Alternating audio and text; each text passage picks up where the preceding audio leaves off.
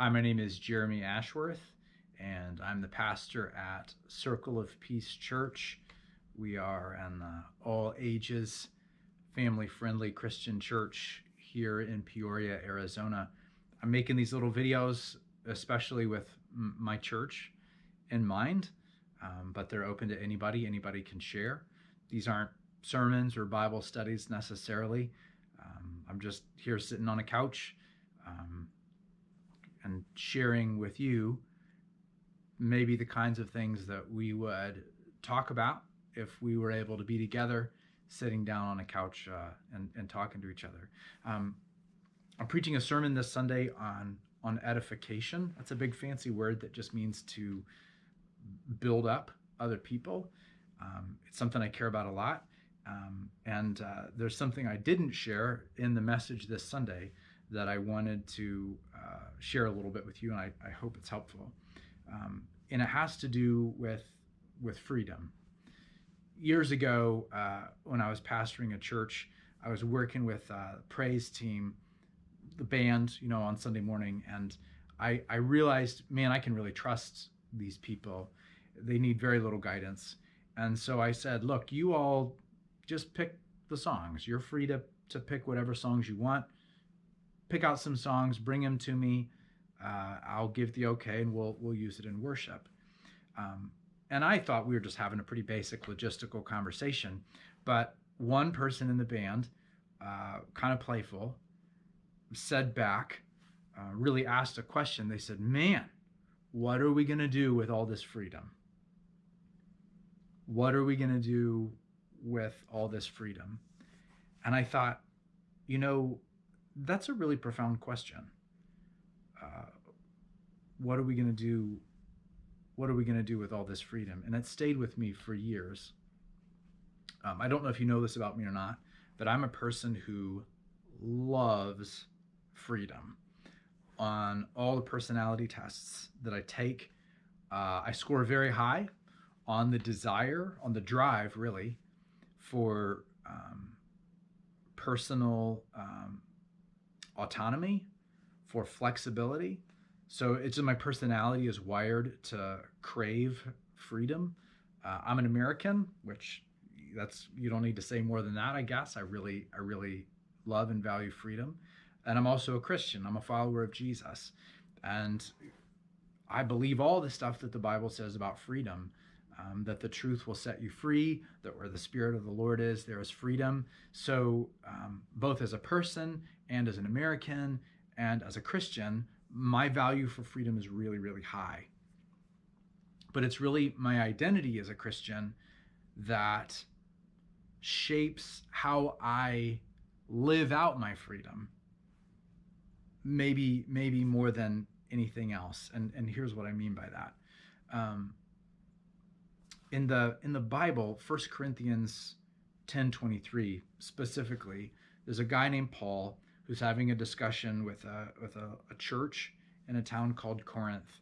And these people loved their freedom.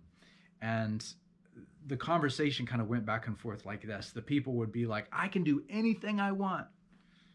And Paul goes, yeah, you can. But not everything is beneficial. And people would say, I'm free to do anything I want. And Paul would be like, yeah, you are free, but not everything is going to build up others. Like, just because we can doesn't mean we should. And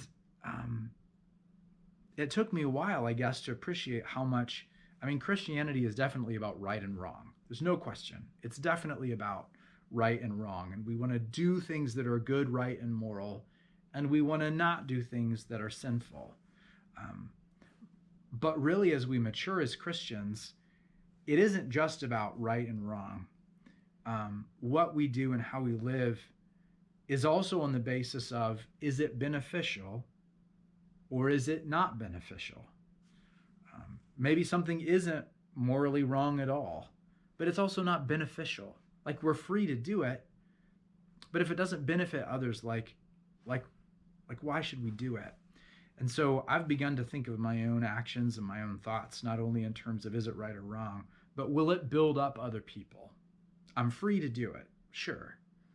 But will it bless somebody else? Will it help somebody else? Will it encourage somebody else? Will it make somebody else's life better or richer, or point them toward, help them toward God in some way? And and this is where I think, even though freedom is a value of the Christian life, it's this relationship with freedom, that is, we want to use our freedom to help other people, that keeps us from turning freedom into an idol. We don't practice freedom for the sake of freedom. We practice freedom for the sake of benefiting other people. I just read today a Facebook post from my sister, Danae Pierre. And she and her husband, Vermon, are just amazing people. But she said, and I'm going to paraphrase, she said, it is an honor to submit, to voluntarily and freely submit my individual freedoms for the sake of the people who need it the most. That's so powerful. It's an honor for me to submit my individual freedoms for the sake of other people, for the needy, for the vulnerable. That's so radical. It's so countercultural. And I think, I love freedom. Why on earth would anybody give up their freedom for other people? And then I think that's what Jesus did. He gave up his power. He gave up his status. He gave up his freedom and autonomy in order to be a redemptive light in this world. And so as we are in this season where we're thinking a lot about freedoms, as we go into this weekend where I'm thinking about talking about how do we build up other people, I really want to encourage you: love freedom, create freedom, and use your freedom to benefit and bless and build up other people. Thanks so much for tuning in. I hope you check out what we do on Sunday mornings, friends. Take care. Bye-bye.